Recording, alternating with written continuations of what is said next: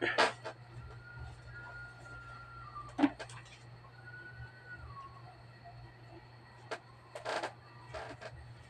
igsoon ko di akong Kristo, may adlaw ka natong tanan, ani isa kita sa akong channel, Kristohanan nga katilingban. Ang santos nga ebanghelyo sumala ni San Marcos, himayaon ikaw o Ginoo. O gibuton, o gitigom niya ang napulog duha ka tinun-an o gipadala nga tinagura. Nya iyang gihatagan sila og gahom sa paghiling sa mga yawa o giingnan sila, ayaw kamo pagdalag pagkaon o bag o kwarta o bisan unsa, gawas lamang sa sungkod. Pagsandalis kamo apan ayaw pagdalag laing bisti, gawas sa inyong gisulob. Miingon usab siya kanila, sa inyong pag-abot sa lungsod adto saka sa balay, sa nagdapit kaninyo og ayaw balhin sa laing balay hangtod nga mobiya kamo nianang lungsura.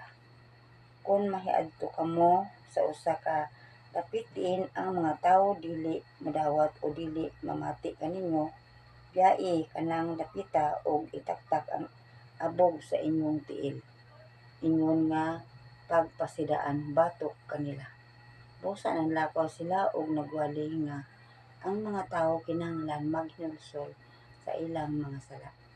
Ilang gihinginan ang daghang mga yawa o gilaplasan, nilaglana o giayo ang daghang mga masakitan.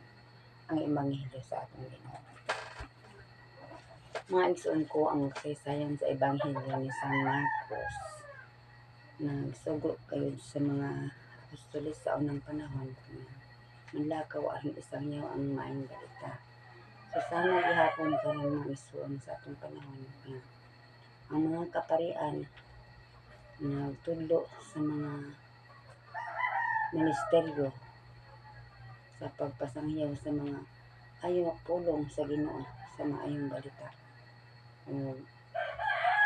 Karon naanay mga alagad nga nagdumala diha sa mga kabaranggayan nga kaabag o giingon pa niya nga kinahanglan magtinagura aron naay mo suporta kay dili mo sa ribal-an gud usahay nga ang usa naay naglawas hinaagi mo suporta.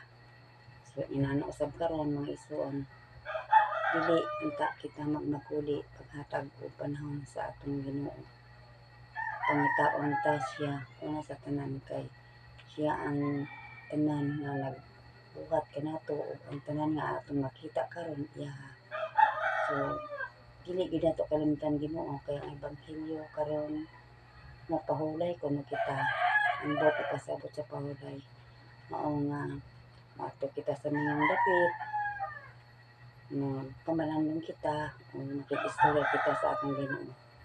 O di ba masimba kita diha madawat nato ang pagtuman sa kahulay nga diin kita dialog sa atong Ginoo.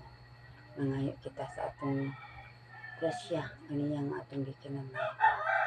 Tapos laman mga igsoon nga kita gibuhi niya so naatay katungdanan sa pagpaminaw sa iyang pulong o pagdawat og katungdanan. Ug kini lang ako ikaistorya sa inyo nga kung galing sayop ako pasaylo ako ninyo. Palihog i-like, i-share, i-subscribe. Amen.